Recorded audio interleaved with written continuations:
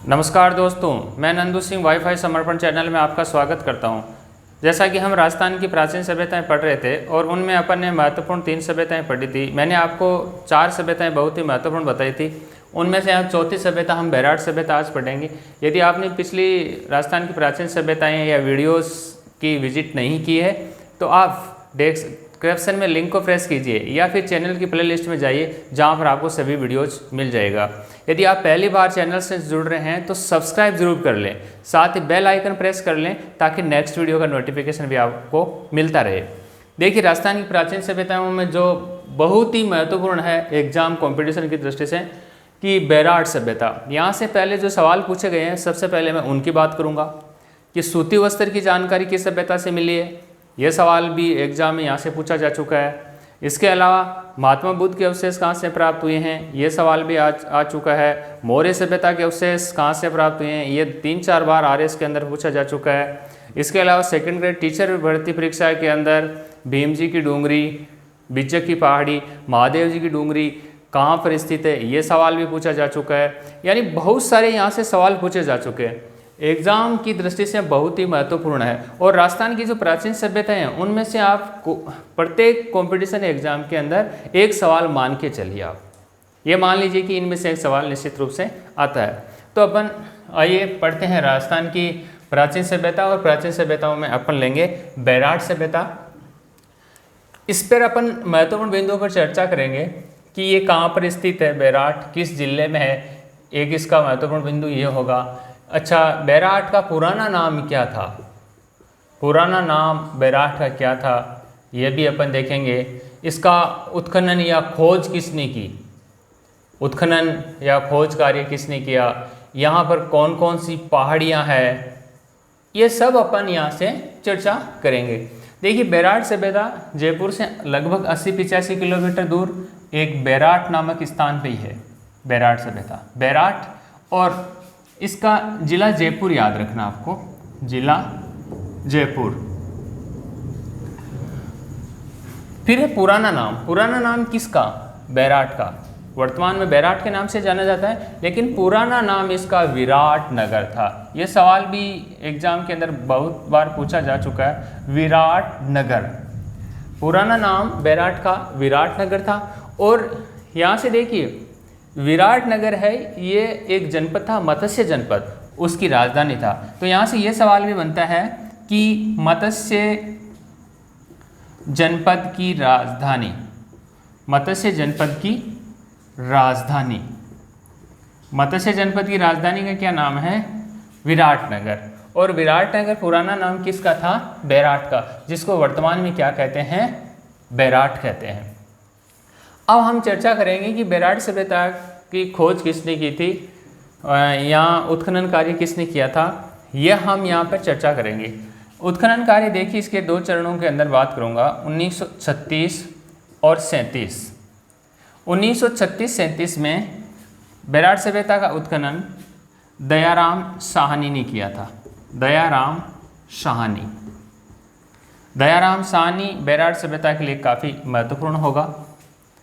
और उसके बाद में 1962-63 में पुनः उत्खनन नील रतन बनर्जी, और नील रतन बनर्जी के साथ में था कैलाशनाथ दीक्षित, कैलाशनाथ दीक्षित।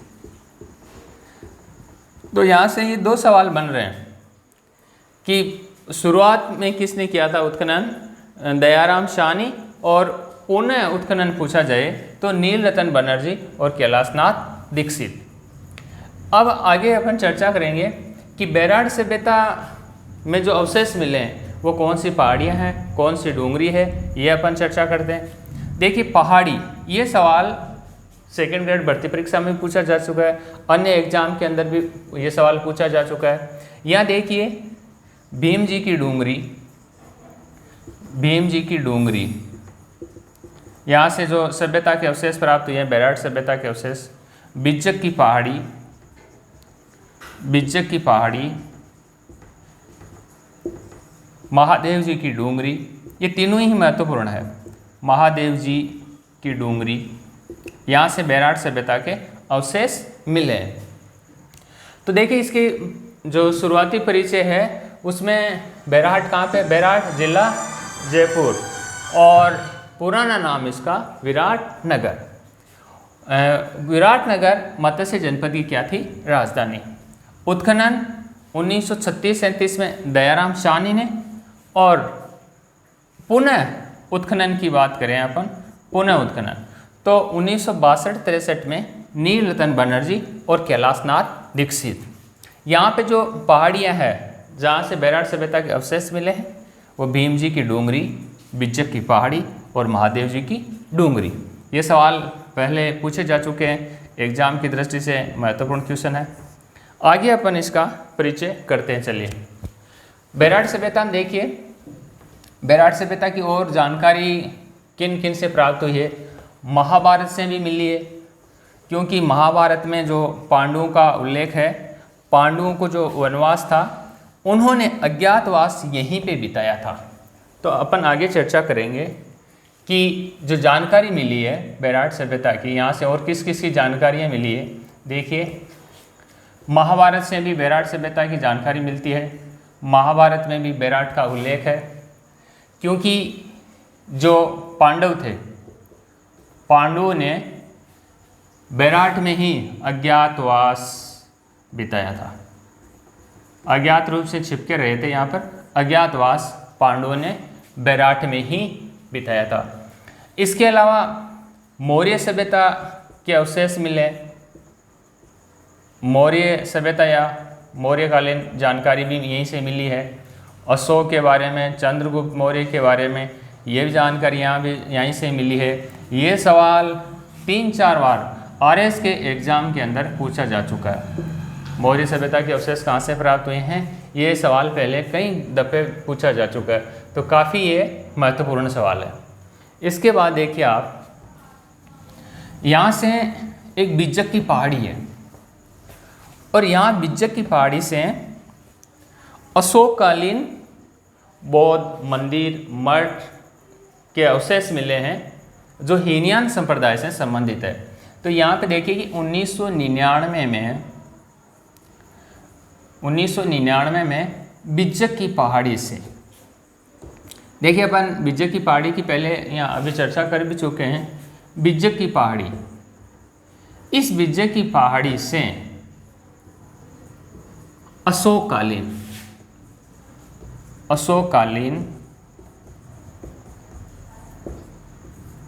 बौद्ध मंदिर, स्तूप व मठ मिले हैं।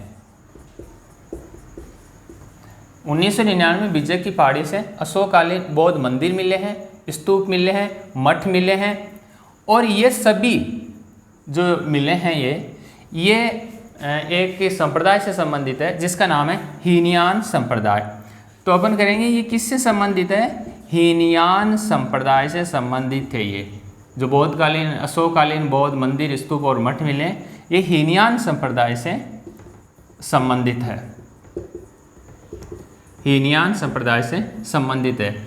और ये जो अशोककालीन बौद्ध मंदिर, स्तूप, गौल बौद्ध मंदिर मिले, स्तूप मिले, मठ मिले, ये हीनयान संप्रदाय से संबंधित है और ये भारत के प्राचीनतम मंदिर माने जाते हैं, प्राचीनतम मंदिर माने जाते हैं, मंदिर माने जाते हैं। कहाँ से, जो बिज्जक की पहाड़ी से प्राप्त हुए। तो एक बार फिर बताना चाहूँगा कि बिज्जक की पहाड़ी से अशोककालीन गौल बौद्ध मंदिर, स्तूप, मठ मिले और ये हीनयान संप्रदाय से संबंधित है और ये भारत के प्राचीनतम मंदिर माने जाते हैं। आगे देखिए आप, यहीं पर एक भाबरू पहाड़ी है। ये सवाल काफ़ी महत्वपूर्ण है और भाबरू पहाड़ी से आपने नाम सुना होगा, अशोक का भाबरू अभिलेख मिला था यहाँ से। यहीं पे बेराट सभ्यता में भाबरू पहाड़ी है, भाबरू पहाड़ी से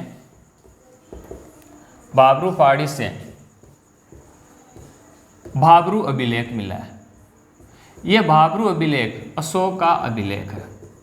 देखिए इसके बारे में जानकारी अपन काफ़ी चर्चा करेंगे कि बाबरू पहाड़ी से बाबरू अभिलेख मिला है। यह बाबरू अभिलेख अशोक का अभिलेख है, अशोक का अभिलेख है, अशोक का अभिलेख है।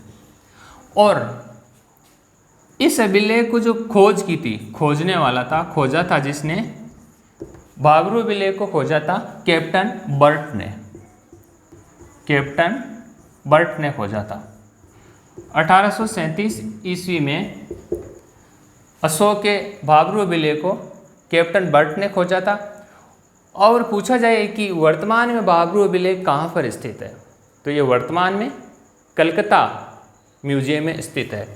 वर्तमान की मैं बात करूँगा, वर्तमान में यह अभिलेख कोलकाता म्यूजियम में स्थित है, कलकत्ता म्यूजियम में स्थित है। इस अभिलेख का एक महत्व यूँ और भी बढ़ जाता है कि बाबरू अभिलेख में अशोक ने कहा था कि मैं बौद्ध धर्म, मठ, संघ में विश्वास करता हूँ, अर्थात मैं बौद्ध धर्म में विश्वास करता हूँ। ये बात किस में कही गई है? बाबरू अभिलेख में। अशोक ने क्या कहा था? अशोक ने कहा, देखिए अशोक मान ने क्या कहा? अशोक ने कहा मैं बौद्ध धर्म में विश्वास करता हूँ, मैं बौद्ध धर्म में विश्वास करता हूँ। देखिए बाबरू अभिलेख के बारे में कितनी जानकारी कि बाबरू अभिलेख अशोक अभिलेख है, ये कैप्टन बर्ट ने खोजा था, वर्तमान में कलकत्ता म्यूजियम में है। और इसी अभिलेख में अशोक ने कहा था कि मैं बौद्ध धर्म में विश्वास करता हूँ। इसके बारे में आगे अपन बेराट सभ्यता के बारे में आगे और अध्ययन करेंगे। यहीं पर एक स्थित है भीमसेन की डूंगरी, भीम जी की डूंगरी भी बोलते हैं। इस भीमसेन की डूंगरी पे एक छोटा तालाब टाइप है और उस तालाब में पानी भरा रहता है। तो देखिए यहीं पर है भीमसेन की डूंगरी, भीमसेन की डूंगरी।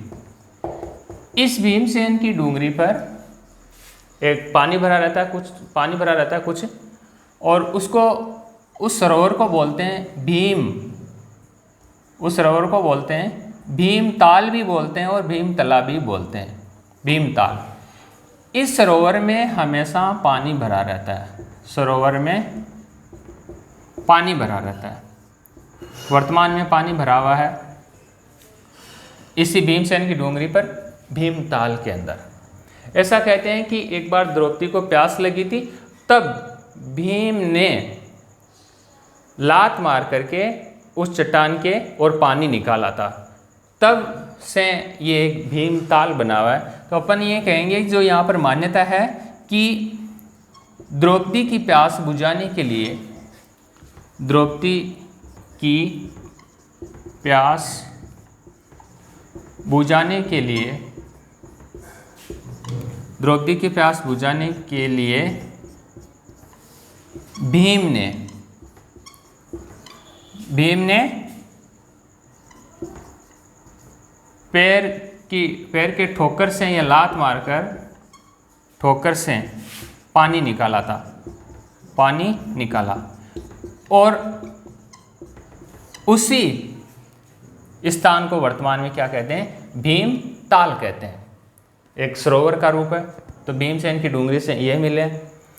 इसके आगे देखिए यहाँ पे एक और भी महत्वपूर्ण जानकारी मिली है।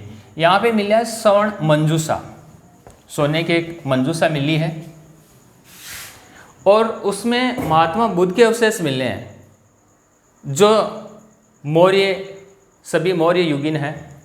तो यहाँ पे देखिए बेराट सभ्यता में मिला है स्वर्ण मुद्रा, स्वर्ण मंजूषा मिली है, स्वर्ण मंजूषा। और इस स्वर्ण मंजूषा में महात्मा बुद्ध के अवशेष मिले। स्वर्ण मंजूषा प्राप्त हुई है जहाँ से महात्मा बुद्ध के अवशेष मिले, अच्छा, ये महात्मा बुद्ध के अवशेष किस में मिले? स्वर्ण मंजूषा के अंदर मिले। एक स्वर्ण मंजूषा मिली है जिसमें महात्मा बुद्ध के अवशेष मिले। और ये सभी मौर्य युगीन है, मौर्य युगीन सभ्यता के अवशेष है, मौर्य युगीन है ये। तो देखिए महात्मा बुद्ध के अवशेष कहाँ से मिले, ये सवाल पहले पूछा जा चुका है एग्जाम के अंदर। महात्मा बुद्ध के अवशेष बैराट सभ्यता से मिले हैं। यहीं पे सूती वस्त्र की जानकारी भी मिली है। तो देखिए ये सवाल भी एग्जाम के अंदर पूछा जा चुका है। अगला जो मैं सवाल बताऊंगा कि यहाँ से मिली है सूती वस्त्र की जानकारी, सूती वस्त्र की जानकारी। सूती वस्त्र की जानकारी कहाँ से मिली है, बैराट सभ्यता से, क्योंकि सूती वस्त्र के अंदर आहत सिक्के यानी पंचमारक सिक्के और कुछ मुद्राएं मिली है। तो इसी सूती वस्त्र के अंदर क्या मिली है, कुछ मुद्राएं व आहत सिक्के मिले हैं, यानी पंचमारक सिक्के मिले हैं। वो सभी किस में लपेटे हुए थे, सूती वस्त्र में लपेटे हुए थे। तो सूती वस्त्र की जानकारी भी यहीं से मिली है।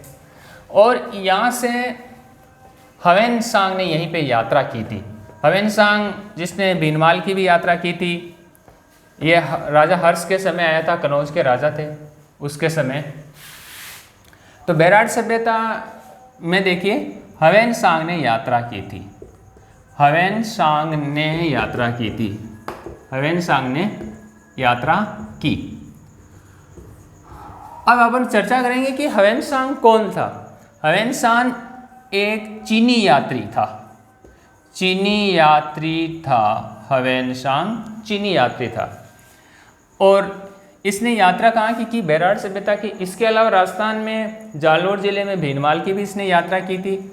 और ये लगभग जो यात्रा की थी 634 ईस्वी के लगभग, क्योंकि 606 से 647 ईस्वी के लगभग कनौज पे राजा हर्षवर्धन का शासन था और उनके ये दरबार में आए थे।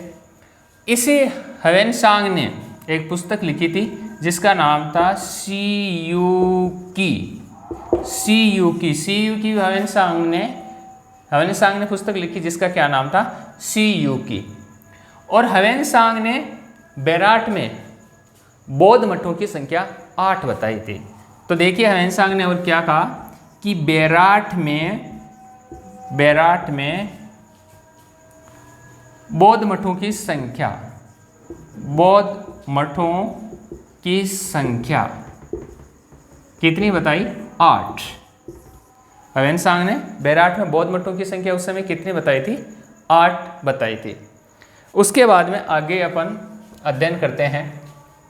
देखिए यहाँ पर काफ़ी पहाड़ियाँ बनी हुई है, ग्रेनाइट आदि की भी पहाड़ियाँ हैं।